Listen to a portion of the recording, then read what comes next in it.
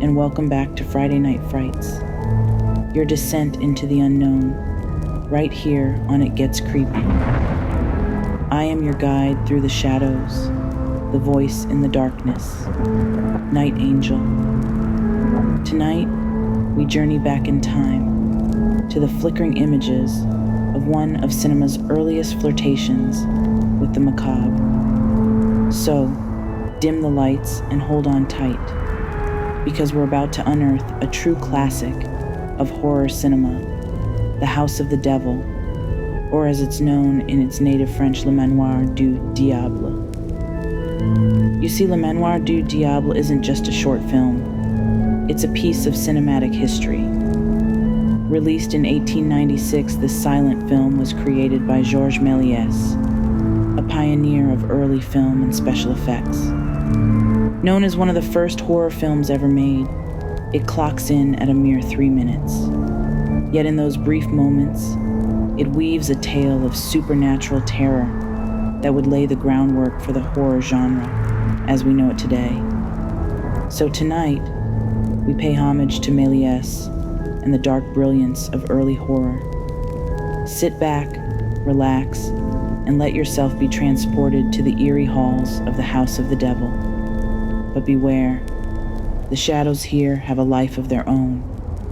And remember, the devil is always closer than you think. I remember it well, that night when the devil himself seemed to beckon me to his abode. It was the kind of cold that bites right through you, colder than death itself. I'd received a letter, if you can call it that. A challenge, really. Written in a hand like a claw, with words that twisted and curled as if trying to trap my very soul on the page. An invitation to a manor I had never heard of, buried deep in the heart of the darkest woods. Curiosity. It had me by the throat, like a noose tightening with every step. It always did. And so I went, against the warnings of my better sense, against the whispers in the wind that told me to turn back. The path was overgrown, a tunnel of black branches that clawed at my face, as if trying to keep me out or pull me in. The ground beneath me was soft, like walking on graves, each step sinking into the earth as though it might swallow me whole. Ahead, the manor loomed, its outline barely visible against the moonless sky. It was a grotesque thing, half-rotted, like the carcass of some great beast left to fester in the wild. Its windows were black, hollow eyes, watching, waiting. I felt them on me, prying into my mind, reading my fears. The air grew thick, heavy, like the whole world was holding its breath. I could feel it then, the weight of the place pressing down on me, whispering in a language I didn't understand. It was a warning, I think, but it was too late. I was already there, and there was no turning back. I stood before the great doors of the manor, black and towering, carved with images of things best left unseen. Devils and demons, angels twisted in torment, eyes that seemed to follow you wherever you moved. My hand shook as I reached for the handle, cold, like touching the flesh of a corpse. As I pushed the door open, it groaned, echoing through the hollow halls like a scream trapped in the throat of the house itself. The darkness inside was complete, swallowing the light from my lantern like it was nothing. I could feel it then, all around me, the presence of something old, something hungry. I stepped inside, my heart hammering against my ribs. The air was thick with dust and decay, the smell of something rotten lurking just beneath. The floorboards creaked underfoot, each step a question. Will it hold, or will it give? I couldn't tell if the shadows were moving, or if it was just my eyes playing tricks on me. But then I saw it, just for a moment. A figure, tall and thin, standing at the end of the hall. It didn't move, didn't breathe, just stared with eyes that were nothing but dark pits, empty and endless. I blinked and it was gone, but the feeling remained, like a weight on my chest, something tightening around my lungs. I should have turned back then, but something held me, pride perhaps, or madness. It was as if the manor had reached into me, wrapped its fingers around my very bones, and pulled me deeper into its embrace. The walls seemed to close in, the air growing colder, heavier. I didn't know it then, but the Devil's Manor had been waiting for me, and I had answered the call. And in that moment, I knew I wasn't leaving until it got what it wanted. As I reached for the heavy wooden door, it creaked open of its own accord, protesting with a long, mournful groan that sent a shiver down my spine. A wave of cold air poured forth, sharp and biting, carrying with it the scent of decay and something else, something sweet and cloying, almost sickening, that lingered on the edge of recognition. It was as if the air itself was alive, pulsing with a sinister energy that twisted and curled around me like invisible tendrils. I hesitated on the threshold, my heart pounding in my ears.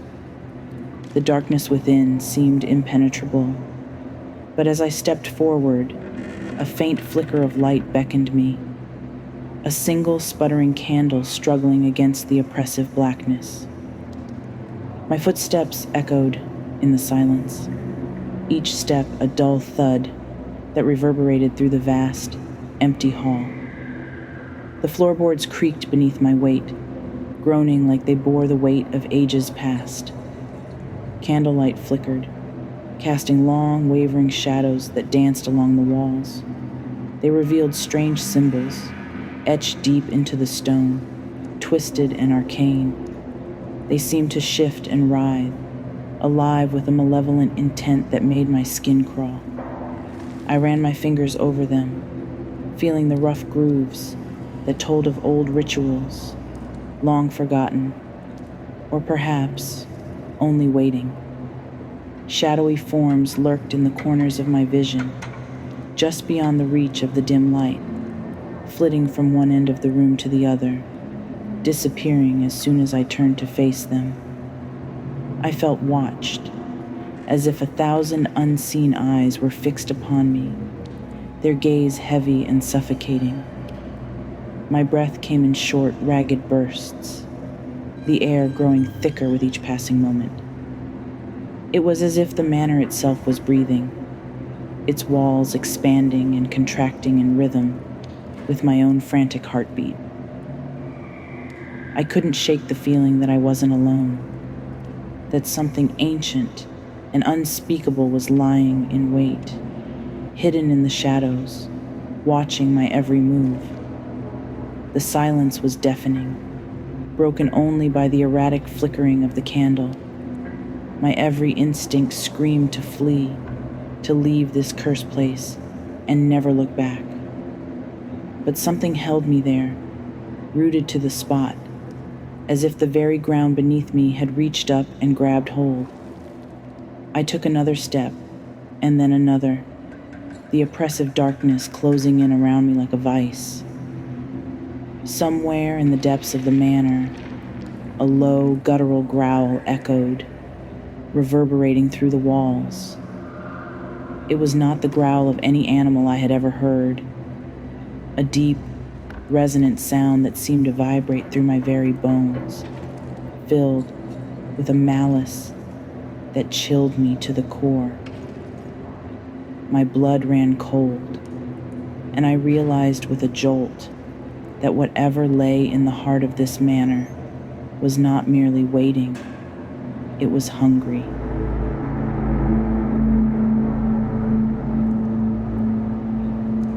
There, by the fire, I saw him for the first time. The devil.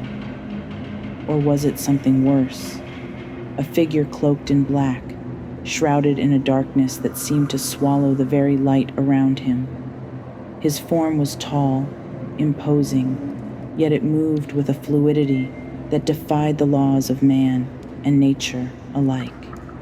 The air grew heavy, thick with the scent of sulfur and decay, and I could swear the very walls began to breathe in time with my racing heart. He stood still at first. Slowly, he turned, and as he did, his eyes, oh, those eyes, they glinted like molten embers, burning with a heat that pierced the cold air of the hall. It was a gaze that saw through flesh and bone, straight into the darkest corners of one's being. There was no escape, no hiding from that infernal stare. He beckoned to me, not with words or sound, but with a simple gesture, a slow, deliberate curl of a finger. It was a command that brooked no refusal, an invitation so sinister, yet so compelling, that I felt a chill run down my spine. I wanted to speak, to demand answers, to defy the unspoken command that drove me onward, but my voice was caught in my throat, trapped beneath the weight of a fear I had never known. I was a puppet on strings, and he was the master, the puppeteer of this dreadful performance. And then, as I drew close enough to see the faint outline of a cruel smile beneath his hood, he vanished, disappeared as suddenly as he had appeared, leaving nothing but the mocking dance of the flames and the echo of my own ragged breath. My heart pounded in my chest, each beat a reminder of the encounter, each breath tainted with the scent of brimstone. I stood alone in the grand hall, the fire flickering more wildly now, as if laughing at my terror. Had I truly seen him? Or was it a trick of the light, a figment of a mind frayed by the tales of this accursed manor? But deep down, I knew the truth. The devil, or whatever infernal presence that haunted this place, was real, and he had marked me.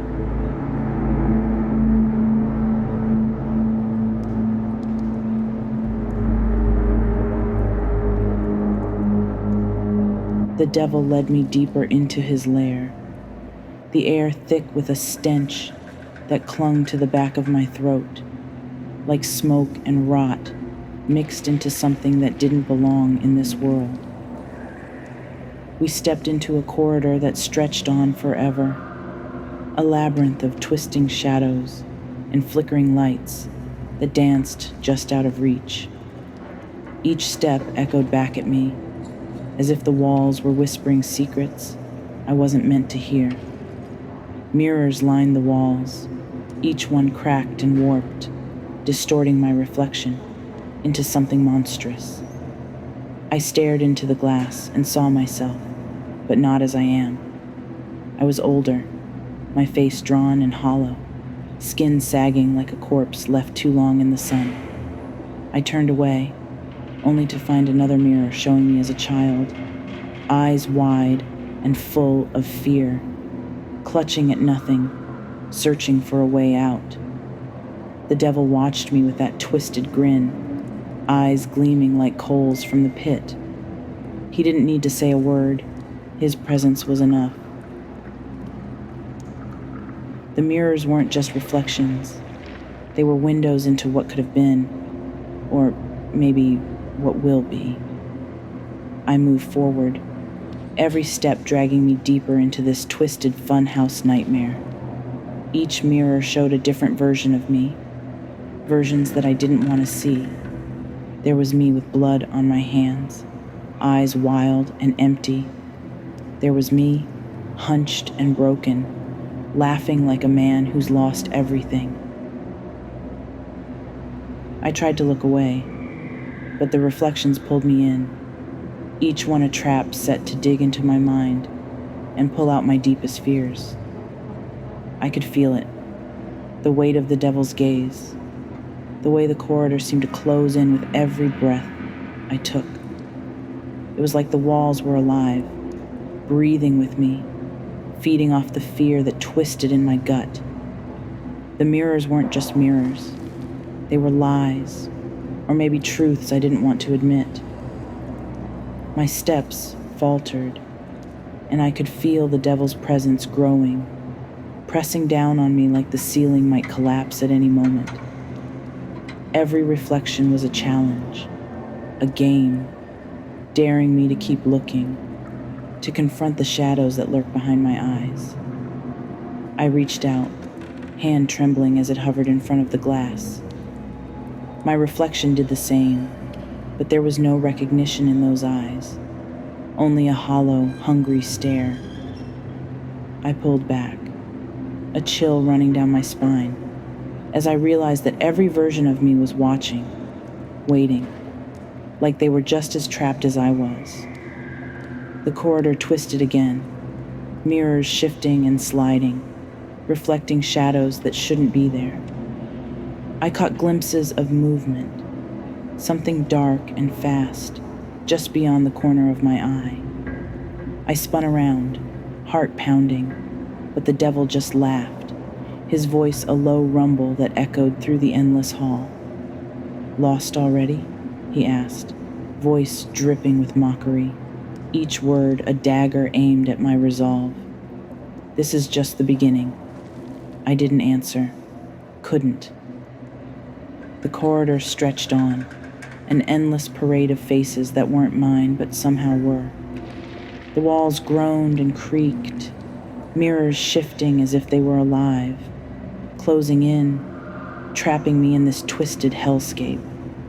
I stumbled, my reflection sneering back at me with eyes full of disdain, and I felt it, truly felt it for the first time, the pull of the devil's games. I wasn't just walking through his lair, I was caught in it, every step taking me deeper, every reflection pulling me closer to something I couldn't escape. And the worst part, I wasn't sure I wanted to.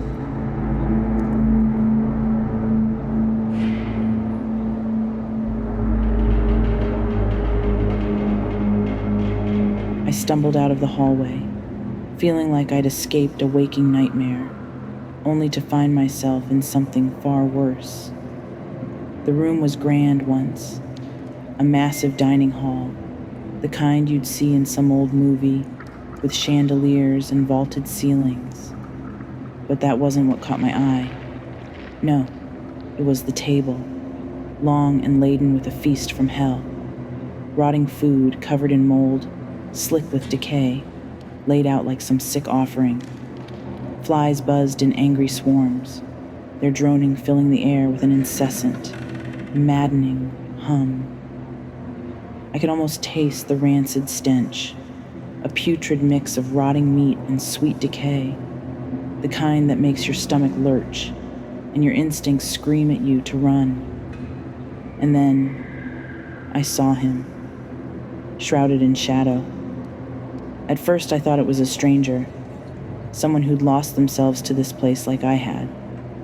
But when he lifted his head, my blood turned to ice. It was me, or rather it was something wearing my face, like a mask that didn't quite fit right.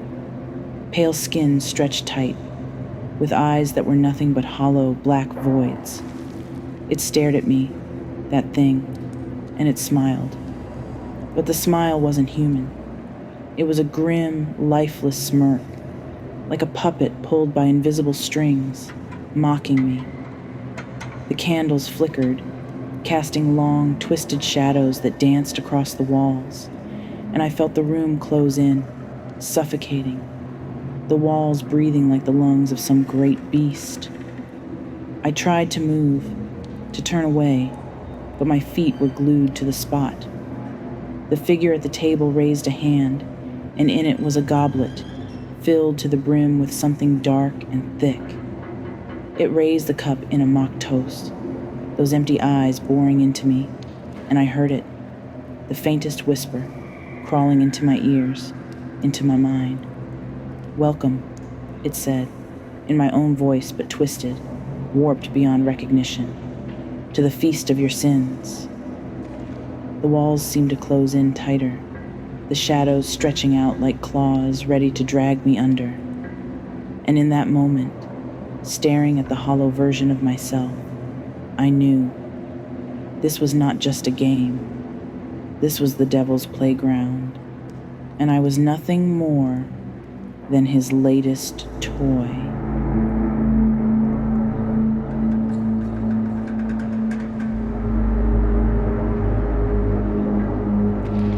I found myself at the threshold of the ballroom, the massive double doors creaking open as if pulled by some unseen force. The air inside was different, colder, thicker. It clung to my skin, crawling into my lungs with each ragged breath. The chandeliers above, their candles flickering weakly, bathed the room in a sickly yellow light that danced across the warped and faded wallpaper. Shadows stretched unnaturally long, twisting and writhing as if alive, as if waiting. Before me, the phantoms moved, a grotesque ballet of the lost. Ghostly figures clad in tattered Victorian attire spun and swayed, their steps perfectly in sync with the haunting, dissonant melody that filled the air. Faces twisted into grotesque masks of agony and ecstasy, eyes hollow, mouths frozen in silent screams. I could hear it then, the faint crackle of bone, the shuffling of feet dragging against the wooden floor. They were locked in their dance, each turn a prison, each step a torture. I tried to step back, to turn away from the spectacle of it all, but something held me fast. I could feel it, a pull, magnetic and irresistible. A bony hand shot out from the crowd, cold and stiff, fingers like iron clamps around my wrist. I was yanked forward, my body moving of its own accord, and before I knew it, I was spinning into their midst. I was dancing the dance of the damned. The room spun around me, a blur of decaying grandeur and spectral faces. My feet moved, though not by my own will, as if I were a puppet on strings, manipulated by the relentless, maddening rhythm. I was surrounded on all sides by the damned, their lifeless eyes watching, judging, reliving whatever horrors had bound them to this place. I could feel their despair, their fury, seeping into me through every frantic step. It was a dance without end, a cruel, cyclical nightmare that played out over and over, trapping all who dared to enter. The music grew louder, more distorted, as if the very walls were groaning under its weight. Each note clawed at my mind, tearing through my thoughts, making it harder to remember why I was here, harder to remember who I was.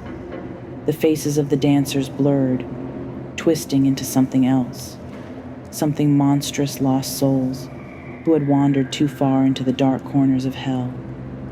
And now, they were part of it, part of the madness.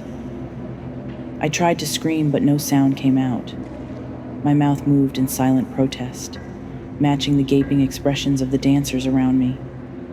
I was a prisoner now, bound by this unholy ritual.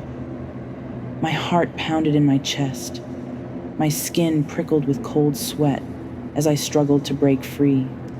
But the grip of the phantoms tightened, their fingers digging into my flesh.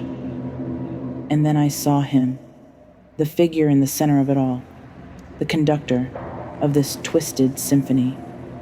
A tall, shadowy form draped in tattered robes, its face hidden beneath a veil of darkness. It raised a hand, and the music shifted, growing deeper, more frenzied. The dancers moved faster, their bodies jerking violently as if caught in some invisible storm. My legs burned with the effort, my vision blurred, the room spinning wildly out of control. I felt myself slipping, the world fading into a wash of shadow and sound, my mind teetering on the edge of some great abyss. But then, just as suddenly as it had begun, the music stopped. The figures froze, their hollow eyes snapping to me, piercing through the haze. I was flung backward, the invisible force releasing me with a violent shove. I hit the cold, hard floor, gasping for breath as the room fell silent once more. The phantoms stood still, watching, waiting, their dance interrupted but not ended. I scrambled to my feet, adrenaline surging through my veins as I bolted for the doors. I stumbled out of the ballroom, slamming the doors behind me, the sound echoing like a gunshot in the empty hall. My heart thundered in my chest, every nerve on fire as I realized how close I had come. Behind the doors, I could still hear it, the faint strains of that twisted melody, beckoning, calling me back to the dance of the damned.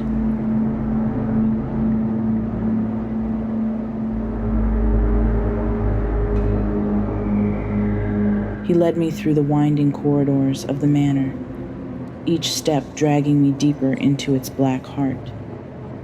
The walls seemed to close in, whispering secrets too twisted to understand. I could feel the weight of the place bearing down on me, a heavy, suffocating dread that clawed at my chest. When we reached the chamber, I froze. The air was thick, almost tangible, like it had been soaked in centuries of blood and desperation. The room was alive, breathing with a slow, ominous rhythm that matched the pounding of my heart. There, at the center, was a pentagram etched into the cold stone floor, its lines glowing with an unnatural, sickly blue light that flickered like dying embers. Candles flickered at each point of the star, their flames dancing without warmth, casting twisted shadows that seemed to stretch and contort as if they had minds of their own.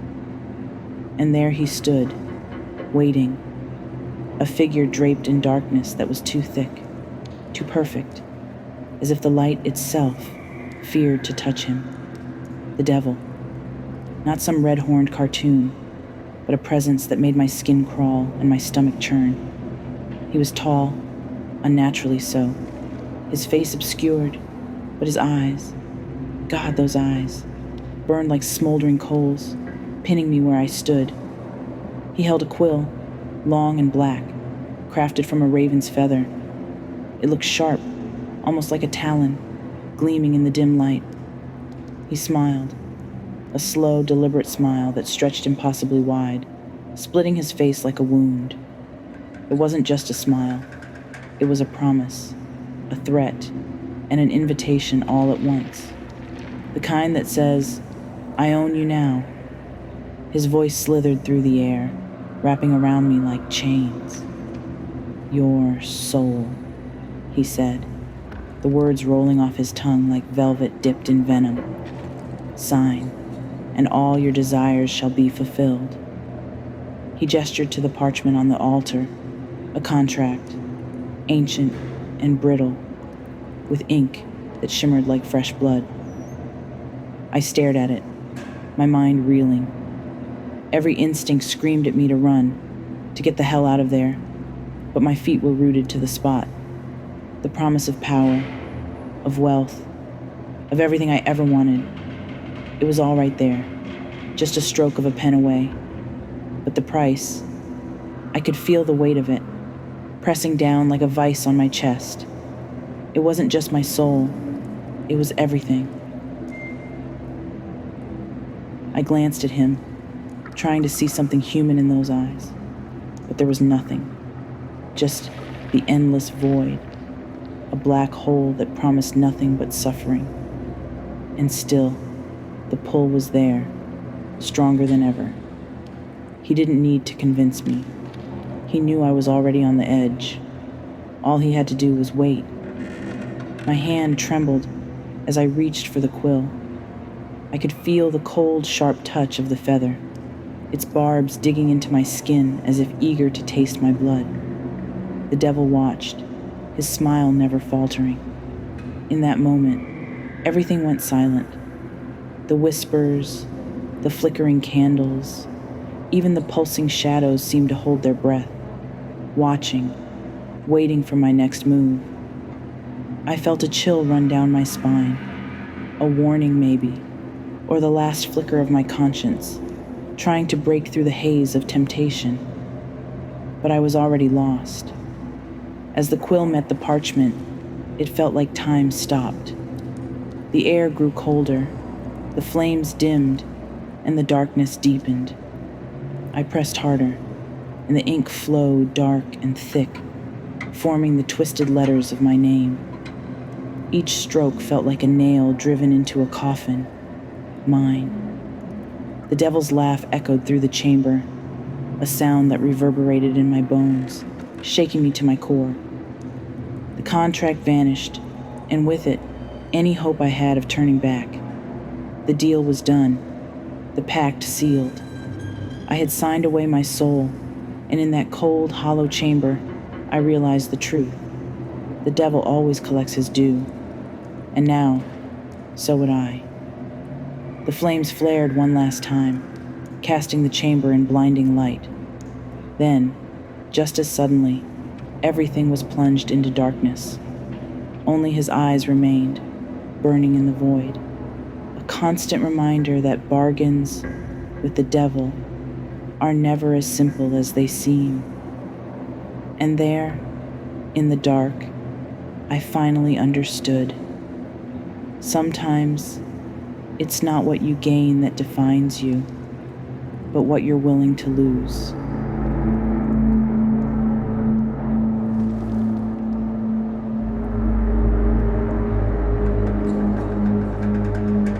I felt the ground shift beneath my feet, a low rumble that made my blood turn to ice. It was like the earth itself was groaning, rebelling against whatever unholy thing we had awakened.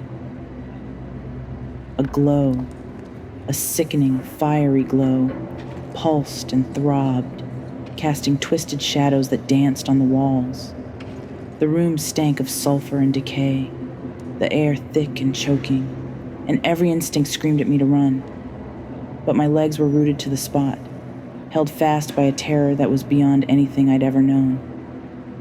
Then, from the depths of that fiery abyss, a figure emerged. He was tall, impossibly tall, draped in shadows that seemed to writhe and twist around him like living things. At first, I couldn't make out his face, just a suggestion of something human-like in shape, but far from human in essence. I saw it then, his true face. Not the smooth, deceptive mask he'd shown before, but a grotesque, nightmarish visage that defied all reason. His eyes were pits of darkness, endless and void, and his mouth twisted into a smile that spoke of endless hunger, of pleasures born from suffering and pain. It wasn't just a face, it was a mockery of everything good and pure, a living embodiment of every fear, every dark thought I'd ever had. My heart pounded so violently I thought it would burst. I could feel every beat hammering against my ribs, feel the sweat trickle down my back, like cold fingers tracing my spine. The walls of the chamber continued to crumble, chunks of stone falling away to reveal the fiery pit beyond, a vast, seething chasm that seemed to stretch on forever, filled with writhing shapes and shadowy figures, all racked with silent screams. He spoke then. "There is no escape," he hissed, each word dripping with malice. "Not from me, not from this place. You came seeking the truth, and now you have found it." His laughter echoed, bouncing off the crumbling walls, growing louder and louder until it was all I could hear. a cacophony of madness and despair that clawed at my mind. I stumbled back, the edge of the chasm at my heels, my breath coming in ragged gasps as the flames licked closer, hungry for flesh, for soul. This was it, the end of the line. No heroes, no escape plan, just me and the devil and a pit that promised eternal torment. I wanted to scream, to fight, to do anything but stand there frozen, but the terror was too great, the darkness too deep. He stepped closer, his form towering over me, that awful smile growing wider, and I knew then that there was no bargaining with this devil, no deals, no escape, only the abyss of darkness. In that moment, I realized that everything I'd done, every choice I'd made, had led me here, not by chance, but by design, his design. And as the last of the chamber walls crumbled away, I saw my fate reflected in his eyes, dark, empty, and endless. The last thing I heard was his laughter, echoing through the void, as the ground gave way beneath me and I fell, into the fire, into the shadows, into the truth of his terrible, terrible face.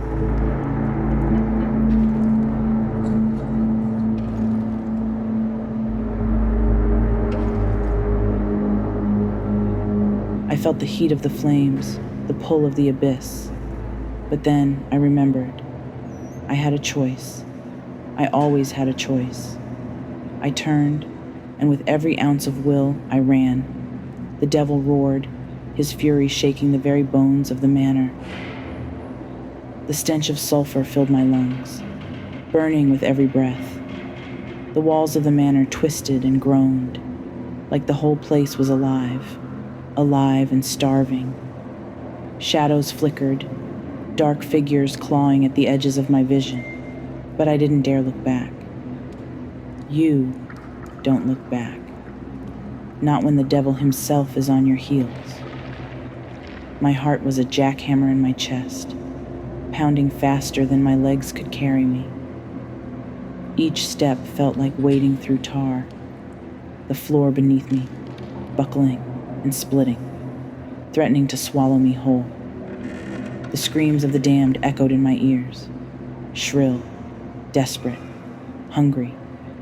They were so close, I could feel their icy breath on the back of my neck, but I kept running. I had to.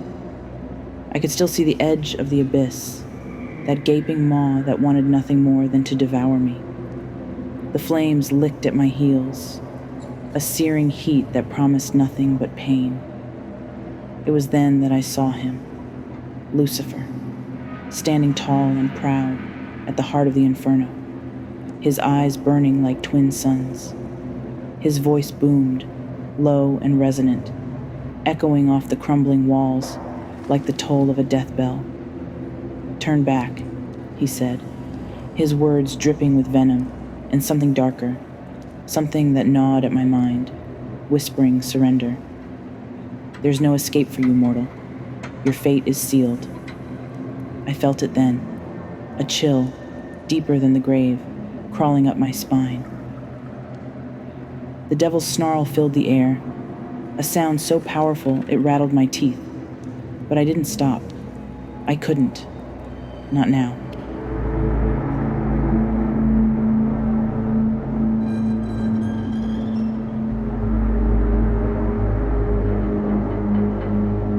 I shoved the door with all my strength, and it gave way with a deafening crack, like the universe itself was breaking apart. My feet hit the cold ground outside, and I fell to my knees, gasping for air. It was like surfacing from a deep, dark pool where something sinister lurked just out of sight. For a moment, I just lay there, feeling the gritty earth beneath my fingers.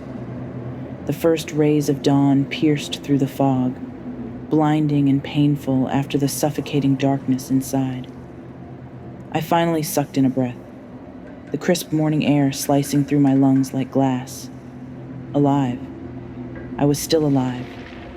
Slowly, I staggered to my feet, every muscle aching, my clothes clinging to me like a second skin, drenched in sweat and fear. I turned around, expecting to see the manor, a twisted monument to my stupidity. But there was nothing, just an empty field, stretching out endlessly, with the mist curling around the edges like it had secrets it wasn't willing to share. No rotting wood, no shattered windows, no signs of the nightmare I'd just escaped. The place that had clawed at my sanity and whispered my darkest fears was gone, like it had never existed. The grass was untouched, as if the earth itself had swallowed the horror and sealed it away. I wanted to laugh, to scream, to do something that made sense, but all I could do was stare at the space where the manor should have been. The silence was crushing. Not even a bird dared to break it. It was like the world had hit pause, leaving me stranded in a moment that refused to end. Then it hit me. My breath caught in my throat. My stomach twisted into knots. Was it real? Did any of it happen? Or was it just some sick game, a twisted illusion to mess with my mind? But deep down, I knew. That place, whatever it was, it had taken something from me, something I'd never get back. I backed away, step by step, my gaze fixed on that empty field. The sun was rising, burning away the last traces of the night, but I felt no warmth, only the hollow, gnawing emptiness of knowing I had made it out. But not really. Not all of me, anyway. I turned my back on the field, my legs unsteady but moving. I didn't look back, couldn't look back. The morning light stretched out ahead, a narrow path of safety that felt fragile and temporary. I kept moving, the silence still heavy in my ears, like a whisper just out of reach, reminding me that some things are best left forgotten or buried. But one thing was clear as the light of day.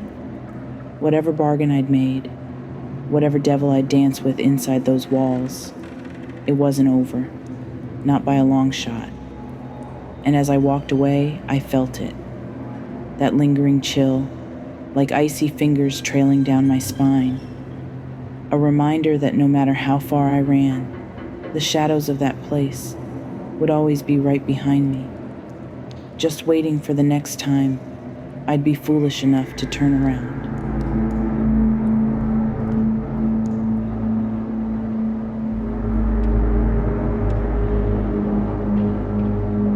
I thought I could forget that cursed place, the house of the devil. But how do you forget a place that knows your fears better than you do?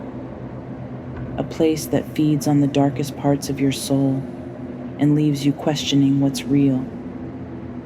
You walk away, tell yourself it's over, that it's just a bad dream, but some nightmares never end. They cling to you, sink their claws in deep, and they never let go. You think the devil wears red and waves a pitchfork? You think he announces himself with a roar and flames? He's far more insidious. He hides in plain sight, in the places you think you know, in the shadows of your everyday life. The house of the devil, the Manoir du Diable, wasn't just a house. It was a trap, a labyrinth of my own making. It knew every one of my secrets, every weakness, every sin I thought I buried deep. They say time heals all wounds, but time does nothing for the soul that's seen the devil's work up close. I left that house behind, but it's never really left me.